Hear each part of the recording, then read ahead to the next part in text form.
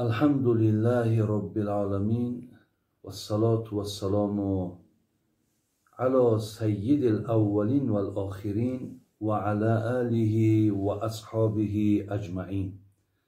السلام عليكم ورحمة الله وبركاته. از الله مهربان خواهان او هستم که خدای مهربان مرادها و مطلوبها و مقصودهای نیکتان را برآورده گرداند و میلهای شما را، رغبتهای شما را به سوی دینش زیاد بگرداند و آن اجرها و پاداشهایی که در این گفتگوها، در این لحظه هایی که ما و شما میگوییم و گوش میاندازیم، خداوند در نامه اعمالمان نویسنده بگرداند. و از الله مهربان خواهان او هستم که خدای مهربان بعد شنیدن این سؤالها توفیق عمل کردنش را بر یکایک ما نصیب بگرداند. برادران عزیز و گرامی، در نزد من یک چند سؤال هست منتظر جواب.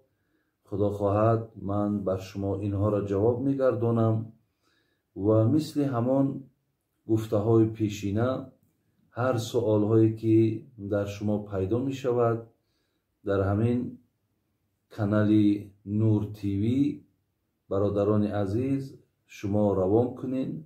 خدا خواهد برای من اینها را انشاءالله میارن و من از همین شبکه برای شما جواب هایی که انشاءالله نزد من هست من بر شما میرسانم. و باز هم بار دیگر اگر تکرارم که شود دستگیریتون را از همین شبکه یا آواز دادنتون را فراموش نکنید. برادران عزیز و گرامی، سؤال اولی که نزد من هست آمده است که تخت شیطان در کجا قرار دارد و آیا یگان حدیثی در این باره هست یا نیست؟ برادران عزیز و گرامی، من یک کتاب مخصوص در پیش دارم که اصلا درباره دنیای جین و شیاطین صحبت میکنند که یک گویم عبارت اگر از اول بگیریم عبارت از 246 صحیفه عبارت است که همه این درباره همین دنیای جین و شیاطین صحبت میکنند که خیلی در اینجا معلومات های زیاده در اطراف عالم جین هست که ما برادران عزیز به آیت های قرآن ثابتن و حتی سوره مخصوص هم در قرآن به نام جین داریم که البته هر کسی که اگر گوید که مقصد همین جین ارزی وجود ندارد یا منکر این شود، برادرای عزیز وای از دین خارج می شود، زیرا که در آیت های قرآن الله مهربان به سوی جین اشاره های دارد که جین ها هم رنگ انسان ها مکلفند. اونها مقصد مثل مردها یعنی جنسی نرینه دارند، مادینه دارند، اینها هم تولد میکنند، اینها هم مسلمان دارند، غیر مسلمان دارند. از این لحاظ خدای مهربان در قرآن هم یعنی علت آفرینش انسان و جن چی گفت؟ گفت من انسان را و جن را آفریدم لیعبدون، تا مرا عبادت کنند. از این لحاظ برادران عزیز یعنی مقصد این عالم ارزی وجود دارد، انا فقط اینها را مقصد دایم از چشمای ما و شما پوشیده هست. حتی در حدیث ها دیدیم که هرگاهی که خروس اگر آواز کند شما دعا کنید که خروس ملائک را میبیند. هرگاهی که اگر سگ آواز بلند کرد یا خر آواز بلند کرد شما به سوی خداوند پناه طلب کنید که اینها جن را میبینند. زین لحاظ یعنی از چشمی فرزند آدم اینها پوشیده است، گاه می شود که انسان هم جن را ببیند، ولی این نه همه وقت این امکانات ها پیدا می شود. من در پیشم حتی حدیثی داریم که امام مسلم آورده است. برادران عزیز، پیامبر نازنین گفتند که ان الملائکه خلقوا من نور و ان الجن خلقوا من مارج من نار و ان آدم خلق من طین. پیامبر نازنین گفتند ملائکه ها که اینها فرق زیادی دارند، ملائک نمیخورد نمینوشد، نه اینها مقصد انا مردینه دارند نه زن دارند، در بین اینها این فقط کار ملائک این یاد الله مهربان است. میگه ملائکه ها را خداوند از نور آفریده است، از روشنایی، ولی جن را من مارج من نار، از شعله آتش آفریده است. و ان آدم خلق من طین، ولی انسان را خداوند از خاک آفریده است. زین لحاظ اینجا در آیت داریم در سوره کهف آیت 50 خداوند میگه که الا ابلیس کان من الجن، یعنی ابلیسی که میگیم، شیطانی که میگیم، ویم جن هست. برادر عزیز، شیطان، ابلیس، وقتی قرآن در که نام اینها میرود، همه اینها مقصد از طایفه جنن. والجان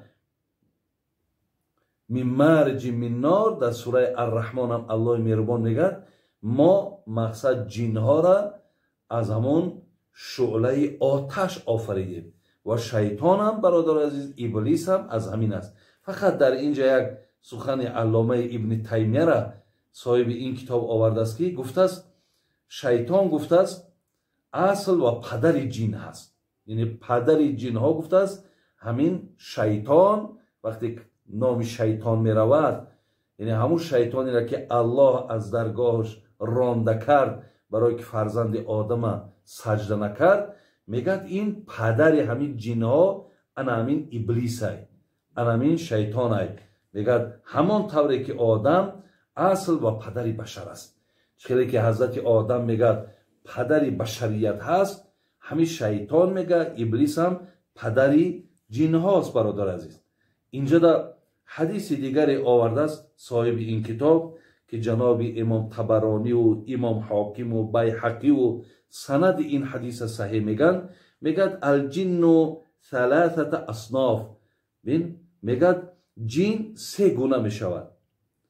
یطیر فی الهوا، یک قسمش در هوا هم دایم، جاشون دایم در آسمان پرواز دارند. و صنف حیات و کلاب، میگد صنف دویمش میگد نمین مارهایی که میبینین، سگهایی که میبینین، گاوهایی که میبینین، به این صورت هم میگد مقصد در زمین هستند. و صنف یحیلون و یدعنون، صنف سیمش یعنی سیم گروهش برادر عزیز در خانه ها سکونت میکنند. یعنی جن ها را به سه قسم تقسیم کرد.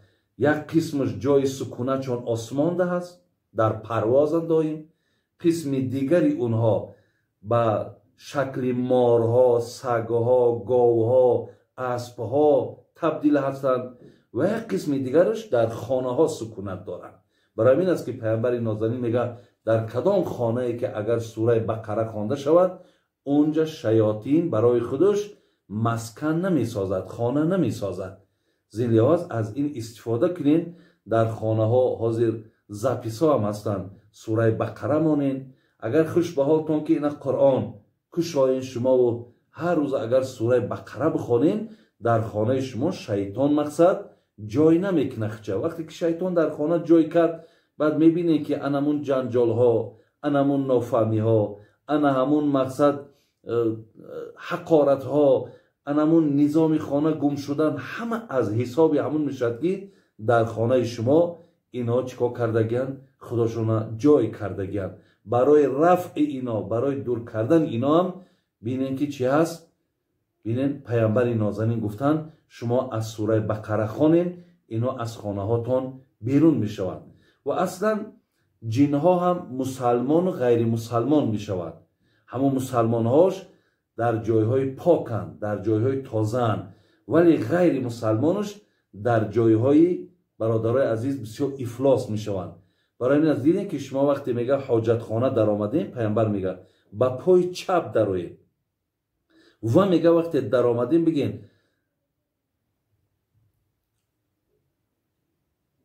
اللهم اینی اعوذ بک من الخبث والخبائث. یعنی خدایا به سوی تو پناه طلب میکنم، یا اعوذ بالله من الخبث والخبائث، به سوی تو پناه طلب میکنم از شیطان هایی که نرن و از شیطان هایی که ماده هستند. یعنی اونها بیشتر در همین حاجت خانه ها، در جایی که بویناک، در جایی هایی که مثال همین غجدی بگیم یا موس پرتافته می شود، در اون جای ها برادر عزیز اینها یعنی برای خود جای میکنن. زین لحاظ هر وقتایی که به نزد اینها به این چیزها که گذر کردین دایم پناه طلب کردنتون، شما میتونین که گوین که خدای پناه طلب میکنم از جنها، خواه نر باشن خواه ماده. برای همین یعنی برادرای این به خودش یگان تخت معین، یگان شهر معین ندارد، بلکه آنچه را که گفتم فکر میکنم که شما انشاءالله برای سوال دادگیتون جوابش گرفتید. دیگر سوالی که دادن گفتن من تا حال از گپ پدر و مادرم نمیبرایم، هرچی گویند همان را میکنم، اما همسرم به حال من میخندد، مذاق میکند. خواهش میکنم درباره این خیل زنها گپ زنید و گویید که از روی شریعت با این زن چیکار کنم. من راستی بار اول این سوال میشنوم که وقتی که مرد یا زن پدر یا مادرش اطاعت کند و خب یکی بر یکیش مذاق کند یا خنده کند که تو پدرت یا مادرت اطاعت میکنی. برادرای عزیز و گرامی، یا اینکه سوال با یا سوال درست مثال شما ندادین، یا اینکه مقصد هیچ عقل سالم ایرا قبول کرده نمیتواند که وقتی که من پدرم مادرم اطاعت کنم خانوم من زنی من مرا مذاق کند که تو پدر و مادرت اطاعت میکنی. اگر وای به شرط مسلمان باشد، اگر وای به شرط از دین از دنیا اگر آگاهی داشته باشد، حتی از دینم آگاهی نداشته باشد، بدینم که باشد، پدر و مادر برای می آدمای بدینم مقدس است. یعنی پدر و مادر برای هر یک نفر، حتی حیوان است، پدر و مادرش مقصد ببینید که در نسلشون هست، دوستداری میکنن. پدر و مادر حتی همون حیوان هست، ای فرزندشون دفاع میکنن. برای همین این جای مذاق نیست برادر عزیز که من پدر و مادرم اطاعت کردم یا از پدر و مادرم مقصد فرمان برداری کردم، دوستداری کردم. این به گردن ما برادر عزیز فرض است که الله مهربان و بالوالدین احسانا میگه شما پدر و مادر را نیکویی کنید. ببین هیچگاه، یعنی اگر میگه ای سه چشم آب بریزد، وقتی ما مثال غم میتیم دقت میتیم که ای سه چشم اگر آب ریزاندی تو روی جنت نمیبینی. یک تش میگه آب چشم یتیمه، وقتی بر سر یتیم همین قدر مشکلات آوردی که از مشکلات تو وای بگیریه آمد، میگه برای تو جنت حرام میگرده. دوم نفری را تهمت میزنی، نفری را ظلم میکنی، آنقدر ظلم بر بالاش میکنی، آنقدر تهمت بر گردنش بار میکنی که وای بیچاره تماما بر این کارها یگان نزدیکی هم نداشت، یگان این کارها را انجام دادگی هم نبود، ولی تو را وقتی که ظلم میکنی و وای از ظلم تو بگیریه میآید، پیامبر گرامی گفت جنت برای تو ظالم حرام است. سیوم کسی که پدر و مادر را آنقدر دقت میته عذابش میتد که پدر و مادرم گریه دا میدارن، زور شامیت گریه میکنن، گفت این فرزندم روی جنت نمیبینن. برای همین این جای مذاق نیست. خواستن شما خود شما احترام پدر و مادراتون به جا بیارین برادر عزیز. سوال دیگر آمده است، همسری برادر شوهرم،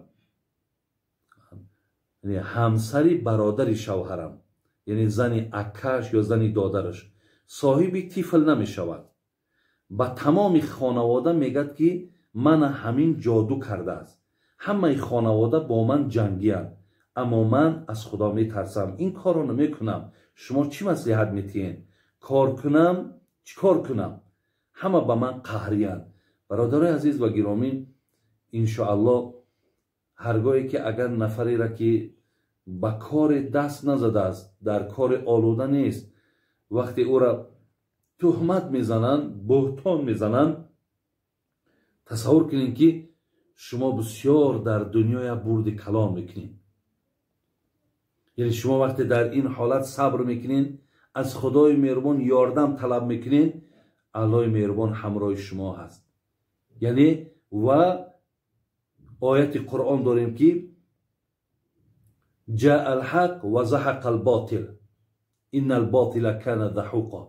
خدای مهربان میگه وقتی که حق آمد باطل از بین می رود. هر آینه باطل هیچ وقت پاینده نیست. برای همین شما که حق باشین، یک روز نه یک روز این حقیقت برادر عزیز رو می شود، بلند می شود، روشن می شود و خدا خواهد همه اینها از شما با عذرخواهی میکنند. هرگاهی که اونها گفتن تو همین کار میکنی، تو فقط این قدر جواب بگو که من در این کار یگان نزدیکی ندارم، مقصد والله قسم، به تالله قسم، من در این کار یگان مقصد دست درازی ندارم. یکم دویمش که همه وقت فرزند دادن و فرزند ندادن این از نزد الله هست. ای دست این جادوگرای ما، ای دست این فالبینای ما هیچی نمی آید. اینا اون جادوگر و فالبین هایی که اکو در قرآن آمده است که در دوره های دیگر پیامبرا بود، اینایش که امروز باقی ماندن، ایناش فقط فریبند. ای دست اینا هیچ چیز نمی آید. این بگیم و جادوگرهای اساسی و اصلی نیستن برادران عزیز. ولی به هر حال صبر کنین، الله مهربان پاداش رو نمیدهد. دیگر سوالی که کردن گفتن نماز قضایی را جماعت خواندن درست است؟ بله برادر عزیز، اگر شما مبادا که نماز پیشینه، نماز عصر یا دو نمازتان قضا شد، اگر چند نفره باشین که یک جای قضا کرده باشین، یک جای همین قضایی را اگر شما با جماعت خوانین انشاءالله درست میشود. یعنی اذان میگین، قامت میگین، فرض میخوانین، سنتاش اکو ساقط میشود. باز بعد او دویم نماز اگر دو نمازتان باشد قامت میگین، دویم شم میخوانین. اگر سه نماز هم باشد با قامت میگین، با سیم شم میخوانین. یعنی با جماعت هم خواندن نماز قضایی درست است، زیرا که نماز قضا را در مذهب خودمان ابو حنیفه برادر عزیز قضا داشتنش واجبه. یعنی اگر به شرطی که او را ما ادا نکنیم از گردن ما ساقط نمی شود، برای ادا نکردنش همچون تارک صلات، همچون نماز نخواندگی پیش خداوند گناهگار می شویم. سوال دیگر، شخصی که گناه میکند و زود توبه میکند، خودش را داشته نمیتواند، مدام گناه میکند، توبه میکند، پشیمان میشود، همین شخص حالش چی میشود؟ اکو انشاءالله برادر عزیز، هر یک نفری که گناه میکند و توبه میکند، پیامبر نازنین گفتن التائب من الذنب کمن لا ذنب له، کسی که اگر توبه از گناه کرد مثل آن کسی هست که وی گناه نکرده است. لیکن برادر عزیز و گرامی، هر یک کار به خودش یک حد دارد، یک حد معین دارد. این نمی شود که امروز من توبه کردم پگه با گناه کردم، پگه با توبه کردم بارزگاه با گناه کردم. معلوم است که این توبه برادر عزیز توبه یعنی نصوح نیست. چگونه که قرآن در الله مهربان میگه یا ایها الذین آمنوا توبوا الی الله توبه نصوحه. هرگاهی که شما توبه میکنید توبه نصوح کنید. توبه نصوح یعنی چی؟ توبه ای که دیگر دویم باره این توبه نشکند. یعنی برادر عزیز، هر یک آدم وقتی که بین با یک آدم دست میتی، تو در یک کار دست میتی، بین چقدر تو برای دست دادنت یا قول دادنت چقدر حرکت میکنی که یعنی من در پیش همین آدم یکی دروغگو نشم، یا اینکه مثال من قول دادگی، من دست دادگیم. اگه تصور کن که تو با خالقت وقتی دست میتی، با خالقت وقتی وعده میکنی، توبه معناش همه که وعده میتی که خدای مهربان اگه یک لحظه گمراه شدم، نادان شدم، نافهم شدم، مقصد الحال که فهمیدم خدای مهربان ببخشون، دویم باره نمیکنم. اگه عهد در پیش خالق شکستن دهم برادر عزیز، خودت تصور کن که چی میشود. برای این بهترش همین است که توبه را توبه نصوح کنین، توبه جدی کنین. انشالله این برای شما بهتر است. خدای نکرده توبهاتون توبه نصوح نباشه و شما اگر به شرط با در دلت اراده گناه کردن باشد، این توبه نیست. وقتی در دل مقصد که اگر نیت گناه کردن باشد، پس این چیزی که به زبان گفتی این دیگه اعتبار خیچه گم میکنه. شاعر میگه در دل همه شرک و سجده بر خاک چی سود. وقتی که در درون پر شرکیات های، پر خرافات های، درون پر وعده های، درون پر نیت های بد های، میگه سجده در خاک چی معنی داره؟ بر جسم پلید جامعه پاک چی سود؟ خود یک آدمی پلید باشی، یک آدمی افلاس باشی، یک آدمی دروغگو باشی، یک آدمی خیانتکار باشی، یک آدمی مقصد همه خصلت‌های رذیله را داشته باشی، لیکن خودت خیلی زیب و زینت بتی، بسیار لباس‌های پوشی که مقصد ببینند هر کس بگن این خیلی آدم شب زنده داره، میگه آیا این لباس در بدن تا حیف نشده است؟ برای همین برادرای عزیز و گرامی، ما باید که در این مسئله هم یعنی عهدشکن نباشیم.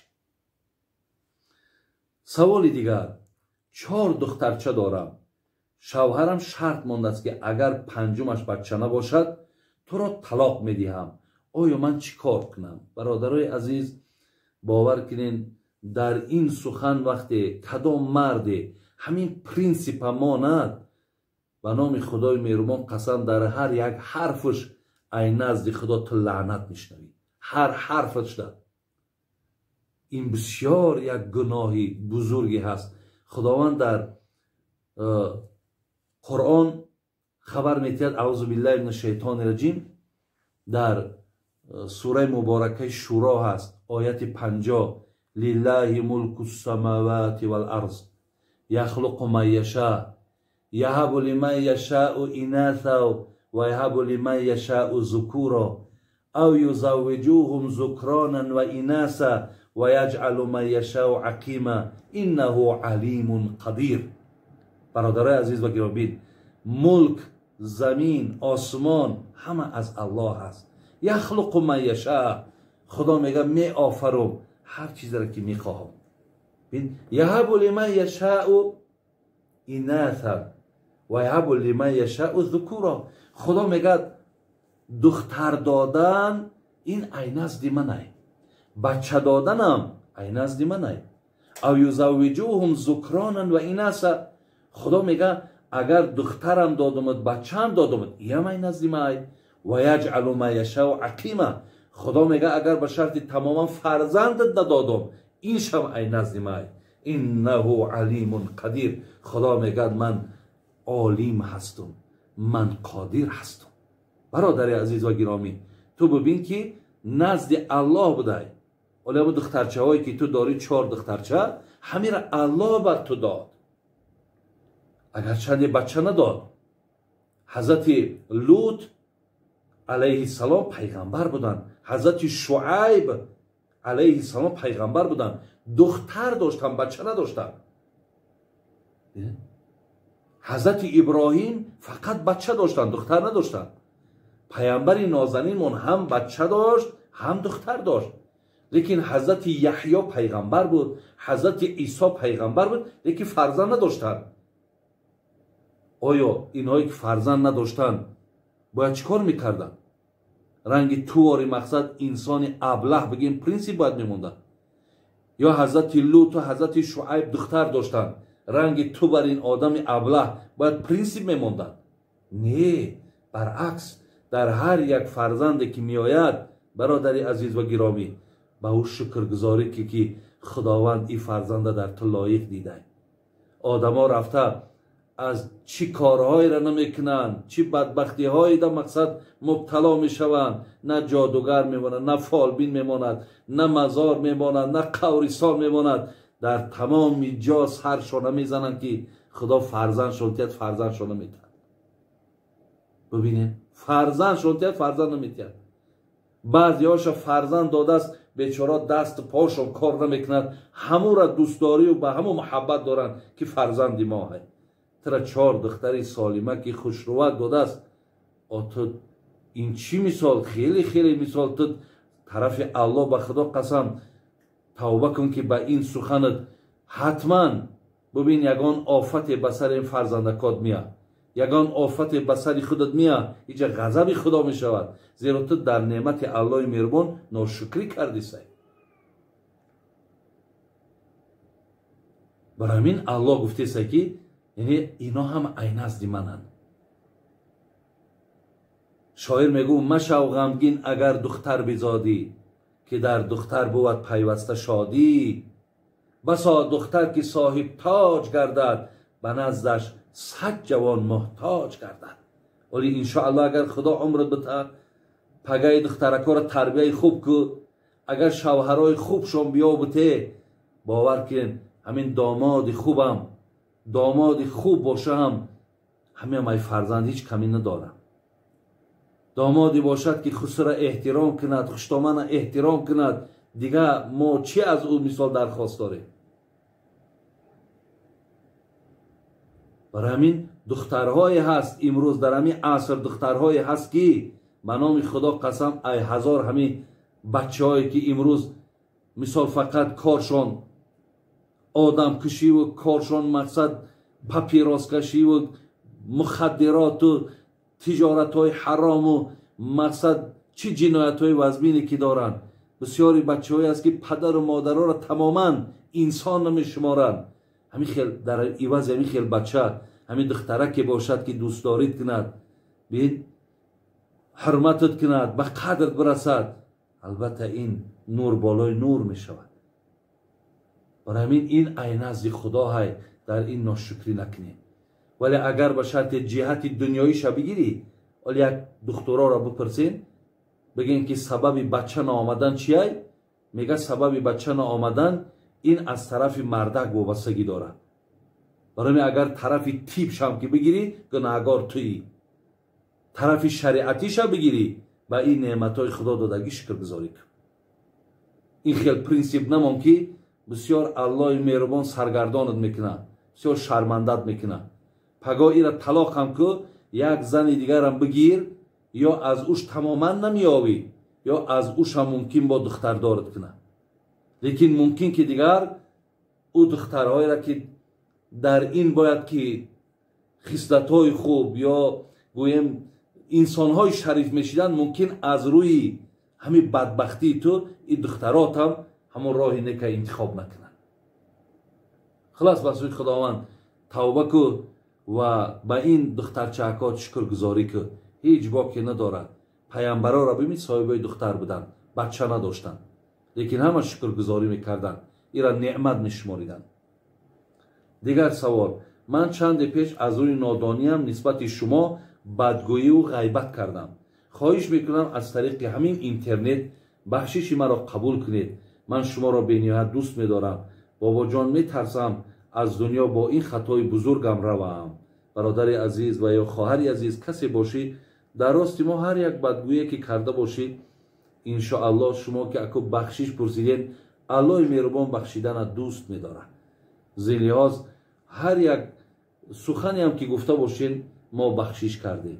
هر یک غیبتی هم که در راست ما کرده باشین من بخشش کردم. هیچگاه من مقصد در دل نمیگیرم.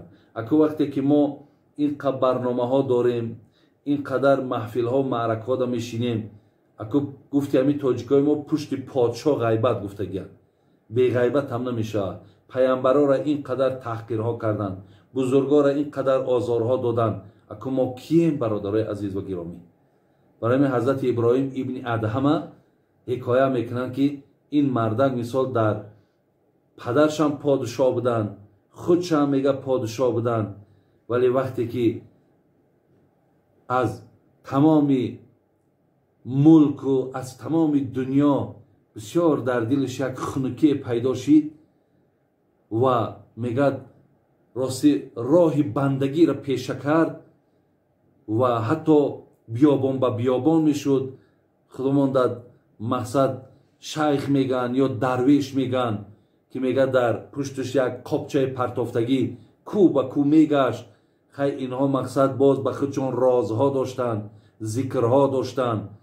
میگه به پیش بازار گذشت، دید که انا را دید، در دلش بسیار یک ذوقی خوردن انار پیدا شد. همین ابراهیم ابن ادهم میگن از همون فروشنده آمد، ابراهیم ادهم از روی تقواش و از روی خدا ترسی و از روی آنکه اکو ملک و مال همه را که ترک کرد و راه مقصد این طریقت که انتخاب کرد، در تمام زبان مردم سخن ابراهیم ابن ادهم بود، چون معروفیت و مشهور بود.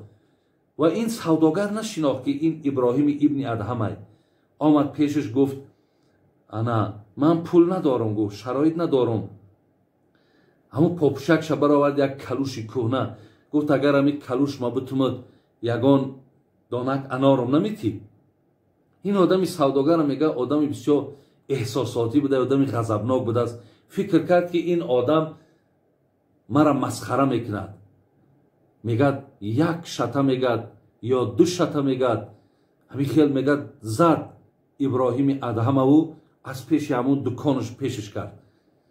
میگه نفرهایی که در بالاتر بودن شناختن که ابراهیم ابن ادهم دویده پیش این آمدن، گفتن شناخته می آدم که بگو نه، گو انا همین ابراهیم ابن ادهم. این آدم میگه بسیار خجالت شد، غمگین شد که من این خیل آدمی بزرگ، این خیل آدمی شریف مقصد با شته زدم. میگه از قفاش دویدن آمدن، انارها را همش در دستش گرفتن، گفتن مرحمت بگیر. گفت حضرت من شما را نشناختم. گفتن نه من دیگر مقصد قبول ندارم، لیکن گفت تو خیر بخشش کن که من پا دراز کردم، این حال من چی می شود؟ گفت وقتی شته دوم میزدی من شته یکم بخشیدگی بدم، وقتی شته سیوم میزدی من شته دوم بخشیدگی بدم. الله من بخشیدن دوست می‌دارد. برای همین ان شاء الله برادران عزیز و گرامی، ما هم از زمره بندگانی هستیم که هر کسی در حق ما هر چی میگوید، اگر مثال بخشش پرسیده باشد، بخشش هم که نپرسیده باشید، برادر از من شما را بخشیدگیم. هیچ یگان در دلهاتون یگان قدرتی هم یا یگان غمگینی هم پیدا نکنید. دیگر سوال، در نزد شخصی که سیگار میکشد بوی سیگارتش طهارت را میشکند و من هم در اونجا باشم گناهگار میشوم؟ اکو البته مقصد بوی سیگارتی وای طهارتی تو را نمیشکند، لیکن حدیثی که من رأى منکم منکرا فلیغیره بیدی فإن لم یستطع فبلسانه فإن لم یستطع فبقلبه و ذلک اضعف الایمان. این پیامبر گرامی چی گفتن؟ وقتی شما یک منکرات شرعی را دیدین با دستاتون تغییر دین، اگر نتونستین با زبانتون گویین، اگر نتونستین با دلهاتون بد ببینین. زلیاز اگر همو کاری نادرست است شما گویین که برادر عزیزم سیگار کشی از نگاه شریعت نادرست است. جهت دیگر چین که با سلامتی تو بسیار خوف و خطر کلان دارد. اگر همینا را نگویید تو بعد گناهگار میشوید. دیگر سوالی که آمده است، از بینی دائما خون میرود طهارت میشکند، آیا هر بار طهارت کنم؟ بله، خون طهارت میشکند برادر عزیز و گرامی. از این لحاظ شما در هر یک نماز که را وضوی معذور میگن، یعنی طهارت عذرناک، یا اینکه مثال خون میرود یا پیشاب میرود یا باد میبراید یا زخمی است که خونش میرود یا زرداب میرود، خلاص اینها را وضوها یعنی طهارت های معذور میگن. برای همین شما میتونین که هر یک نماز طهارتی نو کنین و نمازاتون خوانین. به خاطر این دردها نماز از گردن شما ساقط نمیشود. سوال دیگر گفته است، برای مرد گردنبند و دستمانه نقرگی درست است یا نه؟ نه گردنبند شا برادر عزیز استفاده کنین، نه مقصد انگشتری شا. برای همین اگر چندی در انگشتری استفاده کردن شما گناهگار نمیشوید، ولی اکن مستحب شماریدن مجتهدای مذهبمان که اصلا همین انگشتری را در وقتهای پیش پادشاه ها به خاطری که مهر داشت پیچت داشت به همین خاطر استفاده میکردن. برای همین اگر ترکش هم که کنین یعنی شما گناهگاری ندارد. این معنی را ندارد که اگر من انگشتری نداشته باشم ترک سنت شده است. لیکن کسی هم داشته باشد اکنون ما حق ملامت و من کردن نداریم، لیکن گردنبند و دستبند و اینهاش برادر عزیز از نقره هم که باشد این نادرسته. خب سوالی دیگری که کردن بابای حاجی میرزا، مردها زنی روس میگیرند و بعد چند جدا میشوند، این چی معنی دارد؟ البته برادرای عزیز و گرامی، گرفتن زنی روسی که اهل کتاب باشد برای مرد مسلمان جایز و درست است، لیکن من از وقتش میگفتم که شما حرکت کن از همین ملت خودمان بگیرین، از اون ملت ها زن نگیرین، زیرا که ما با اونها موافق نیستیم. ما مثال او زنداری را که ما از پدرها و اولادها و شریعتمان آموختگیم، با او زنها مقصد ما او زنداری را کردن نمیتونیم. برای همین من بسیاری زندارها تونه دیدم که در روسیه در کدام احوالن اونها، فقط نام اونها زنای، فقط در نکاح تای، دیگر تمام. برای همین بهترش همینه برادر است که خطا اینقدر پستی بدم نکن، خطا اینقدر در بین یار و رفیقات و شریعت به قدر و مثال نامناسب نکن، ولی بسیار آرزو و حواس زنگیری داری، بیا از ملت خودت زن بگیر. انشاءالله ملت ما الحمدلله رب العالمین که بهترین زنها هستند و با اینها انشاءالله زندگی تو خوب میشود و دیگر شما میفهمید. دیگر سوالی که آیا خدا نماز قضا را میبخشد اگر پشیمان باشی از نخواندن نماز قضا؟ هیچگاه بخشیده نمیشود برادر عزیز. شما وقتی که نمازهاتون قضا میشود حتما کفارتش ادا کردن شد. بعضی ها شاید برای شما حجت و دلیل ها و یا که برای شما فتوا تیان که نماز قضا وقتی که تو نخواندی مقصد توبه که خدا میبخشش، نه، هیچ وقت نماز قضا از گردن تا ساقط. اینجا حدیث است برادر عزیز و گرامی از پیغمبر نازنینمان، این جناب امام مسلم هم آورده است که رسول اکرم گفت من نسی صلاتا او نام عنها فکفارتها ان یصلیها اذا ذکرها. پیغمبر گرامی گفتن هرگاهی که شما فراموش کردین نماز نخواندین، بین او نام یا خواب ده زدین و نماز ای شما قضا شید، میگه همین حالت چیکار که فکفارتها، کفارتش چیه؟ جبران همون چیه؟ ان یصلیها اذا ذکرها. هرگاه بیادت آمد برادری عزیز در حال میگه کفارت شمیه که تو نماز ادا کن، نمیگه که مقصد بخشیده میشه توبه کن. اینجا در حضرت حدیثی که امام ترمذی میارد، امام نسائی میارد از ابی عبیده ابن عبدالله ابن مسعود که میگه انا شغل رسول الله صلی الله علیه و 4 صلوات یوم الخندق، در غزوه خندق پیامبر برادر عزیز ببینید که میگه چی مشغولش کردن مشرکا، یعنی در همون غزا که اشتراک کرد 4 نماز میگه ای حضرت ترک شی، حتی ذهب من اللیل ما شاء الله، یک قسمت شب میگه گذشت، فامر بلالا، حضرت بلال را چی گفت؟ فاذن ثم اقام، بعد گفت اذان بگو اکو نمازایی را که ترک کردیم مقصد ای نماز پیشین این طرف خواندن بگیریم. فصل الظهر، اذان گفت، قامت گفت، پیشین خواندن. ثم اقام فصل العصر، با گفت قامت بگو، با قامت گفت، عصر خواندن. فصل المغرب ثم اقام، با گفت قامت بگو، با قامت با شام خواندن. فصل العشاء، با گفت قامت بگو، با قامت هم با خفتن شون خواندن. یعنی برادرای عزیز نمازهایی که قضا می شود کفارتشون ادا کردن از گردن شما این نمازها هیچگاه ساقط نمی شود. سوالی که دیگر آمده است بابای حاجی، جایهایی که سلام دادن درست نیست میگفتید. اگه سلام برادرای اصلا این سنت پیامبرمون السلام علیکم و رحمت الله و برکاته در این 30 ثوابه. السلام علیکم 10 ثواب و رحمت الله 20 ثواب و برکاته 30 ثواب.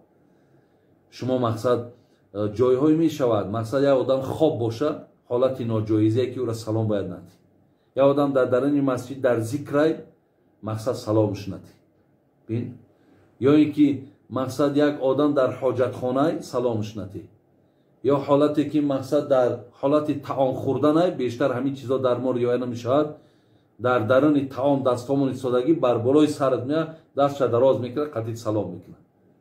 یا حالتی که میگه مؤذن اذان گفتیسته مؤذن اذان نگو، یا میدروی که امر معروف رفتیسته همو آدمی که داعی دعوتگره سلام نگو، آدمی که در حاجت خانه نشستگی باشد سلامش نگو، آدمی که حمام کردیسته سلامش نگو. خلاص همین حالتهای هست که مثال سلام به اینها نادرسته. دیگر سوالی که آمده است، مرد از زنش جدا شود و در آخرت یعنی در بهشت زنی خودش رو طلب کند آیا نصیبش میشه؟ البته هر زنی که مثال در دنیا اگر زنی تو بودو، تو مثال انا جدا شدنت اگر به شرطی که یگان علت و یگان سببی داشته باشد که از حساب خودی همون خانمت باشد، روز قیامت اگر طلب کنی همون زن با زنی تو میشود. لیکن زنی که میگه در دنیا اگر 2 شوهر یا 3 شوهر کرده باشد، در روز قیامت انتخاب شوهر در دست زنه، کدامشه که مقصد در اونجا انتخاب کنند. سوال دیگر، از روی نافهمی حق یک برادر را میخوری اما پشیمان شده بخشش پرسی، او تو را بخشد، در قیامت باز جواب هست یا نه برادر؟ وقتی که حق یک برادر خوردی یا مبلغ یک برادر مثال دزدیدی، وقتی میبری در دستش میتی میگوی برادر عزیز اگه من آگاه شدم که تو همین را تو نبخشی خدا نمیبخشد، برای همین این همون مبلغی تو یا این همین مقدار پولی تو را من خوردم، اگه تو مرا ببخش، اگر همون که بخشید انشاءالله پیش خداوند بخشیده میشه، روز قیامت از این مسئله از تو دیگر پرسان نیست. سوال دیگر، یک پسر با یک دختر شیعه مذهب نکاح کند جایز است؟ التماس بسیار مهم است. و فرق شیعه سنی در چیست؟ اگه این یک موضوع کلانی است که شیعه سنی چی فرق دارد، ولی نکاح برادر عزیز انا شیعه با سنی همون عقیده بسیار باطلی که دارد که حتی همین قرآن، شما میدونید که همین قرآن اهل تشیع برادر عزیز یعنی با همین طریقی که در دست ما هست با همین طریقش قبول ندارد. یعنی این قرآن برادر عزیز قرآن اصلی که اهل تشیع اعتقاد دارد، یعنی این اون قرآن نیست برادر عزیز. و دیگر بدی هایی که اونها دارن، وقتی که قبح میگن، وقتی که توهین میکنن، حقارت میکنن، چه از ابوبکر صدیق، چه از عمر فاروق، چه از عثمان ذوالنورین، برادرای عزیز و گرامی این بسیار خطر کلان دارد. در مذهب خودمان اگر اینها را کسی حقارت کنه وی مسلمان نیست، یا اینکه اینها وقتی که به عایشه مادرمان توهین دارند یا همون تهمتی را که در حق عایشه کردن اینها او را حقیقت میشمارند، اینها بر مقابل آیتایی که برای پاکی عایشه آمده است در مقابل آیت ایستادند. چگونه با همین خیلی اعتقاد ما او را نکاح کرده میگیریم؟ برای همین این نکاح اینها با همین عقیده برادر عزیز درست نه. از همین عقیده شون توبه کنن انشاءالله بعدا نکاحشون درست می شود. دیگر سوالی آمده، زنهای حامله و دخترانی به شوهر را مخصوص زنهایی هستند که علاو می گردانند، در باره آنها شما چی می گویید؟ اکو من پیشتر گفتم که یعنی حامله دار شدن زن یا فرزند آوردن زن اینها در دست این علاوگردان ها نیست، در دست این جادوگر ها نیست، در دست این فالبین ها نیست. برای همین خدا تانا اینجا سرگردان نکنین، بدین بدیانت خدا تانا نکنین، بلکه انشاءالله امروز تیبی ما پیشرفت کرده است، برین در دکترها مراجعت کنین و همچنان الله مهربان در زاره و تولا کنین. خدای مهربان شما را اگر اراده خدا رفته باشد صاحب فرزند میشوید. اگر مبادای پیش همین علاوه پرستا و همین فالبینا روین لیکن نشوین، ببینین دو آفت به سرتان، هم به فرزند میمونین، هم این کاری کردین این بدبختی برای شما مقصد هم در دنیا شرمندگی هم در آخرتت. خب سوال دیگری آمده است، شخصانی که پیش از مرگشون بیماری زیاد میبینن، خب و گناهانشون آیا بخشیده میشود؟ و اینا حقیقت دارن که در آخرت عذاب نمیکنه؟ بله کسی که بیمار میشود برادر عزیز مرد وقتی آدمی مسلمانی که بیمار می شود، بیماری کفارت گناه است. یعنی چنده که اگر وای بیماری سخت رفتن گیرد، همون قدر گناهاش بخشیدن می شود. همون قدر کارهایی را که در حالت صحتیش کارهای نیکی که انجام میداد، همونها هم نویسانده شدن میگیرد. یعنی گویا که همین انسان هم کار انجام داده است. برای همین این البته به البته گناهاش مغفرت می شود پیش خداوند. به خاطر این بیماریش با ثواب و پاداش میگیرد. آدم بیمار را ببینه که دعاش هم در پیش خداوند قبول است. خب معنای نام عمران چیست و آیا درست است که گذاشتن چنین نام گذاشته شود؟ عمران البته این پدر حضرت مریم بود، مادر حضرت عیسی بود، ولی معنای نام عمران چی هست؟ شاید به معنای عمران به معنای عمر بیاد. مثال اصلی ممکن همین ریشه کلمه از عمره باشد، یعنی عمر باشد، یا عمران به معنای ممکن که از امارت باشد، یعنی بینا باشد. معناش همین را میتید برادر عزیز. لیکن درسته این نام گذاشتن، این چی باکی ندارد. سوالی که دیگر آمده است، من 28 سال دارم، پدرم بسیار عرق میخورد. 7 سال پیش در راه بودیم، پدرم زیاد مست بود، مادرم را بسیار زد، مادرم فریاد زیاد کشید. بی‌طاقت شدم، یک تا با پایم به سینه پدرم زدم. بابا جان از همان روز بسیار پشیمانم، این خیال شدنش را نمیخواستم. التماس گوید احوال من در دنیا و آخرت چی میشود. اکو برادر عزیز، وقتی پدرهاتون به هر کاری مبتلا باشن، شما حق دست برداشتن ندارید، حق پا برداشتن ندارید. شما برای این کارتون بسیار کاری نادرستی کردید. برای همین بین حتی قرآن میگه و صاحبهما فی دنیا معروفا، پدر و مادرت حتی بدین هم که باشه با اونا شما باید نیکویی کنید. از این لحاظ از پدرت بخشش بپرس که من این کار نادرست کردم، مقصد دیلم به مادرم سوخت، من را ببخش. گفته پدرت که بخشید، انشاءالله شما در خیر دنیا و آخرت میشود. آخران سوالی که آمده است برادران عزیز، در قرآن چند بار کلمه طاغوت ذکر شده است و این طاغوت چی معنی دارد؟ برادر عزیز، من اکنون نمیدانم در قرآن طاغوت چند بار ذکر شده است. برای این وقت در کار که هر کدامی را حساب کردن در کار، ولی معنای طاغوت معنای طاغی است. طاغوت به معنای سرکشی میاد. می شود که همین جادوگران هم طاغوت گویند در قرآن. در قرآن آمده است که شیطان هم خدا طاغوت گفته است. می شود که انسان هایی که از خدا سرکشی میکنند و خداشون رنگ الله مقصد می سازند که مردم او را پرستش میکنند، از فرمان اینا بیرون نمیشوند، اینها را هم طاغوت میگن. برای همین معنای طاغوت اصلا طاغی آدمی سرکش میگن. آدمی که از اطاعت خدای مهربان گردن کشی کند، آنها را طاغوت میگن. خدای مهربان توفیقمون رفیق کند. الله مهربان محبتمون با به سوی دینش زیاد بگرداند. این سوالهایی را که برادرها ارسال کردند، خدای مهربان که اینقدر جوابهای زیادی در اینها گفته گذاشتیم، در ثواب این هم سوال دهنده ها، هم گوش کننده ها و هم ما را هم خدای مهربان از ثواب اینها برخوردار گردانه و الله مهربان خاتمه کارمان به خیر، کارهامان در خدای مهربان برار و برکت نصیب گرداند. السلام علیکم و رحمت الله و برکاته.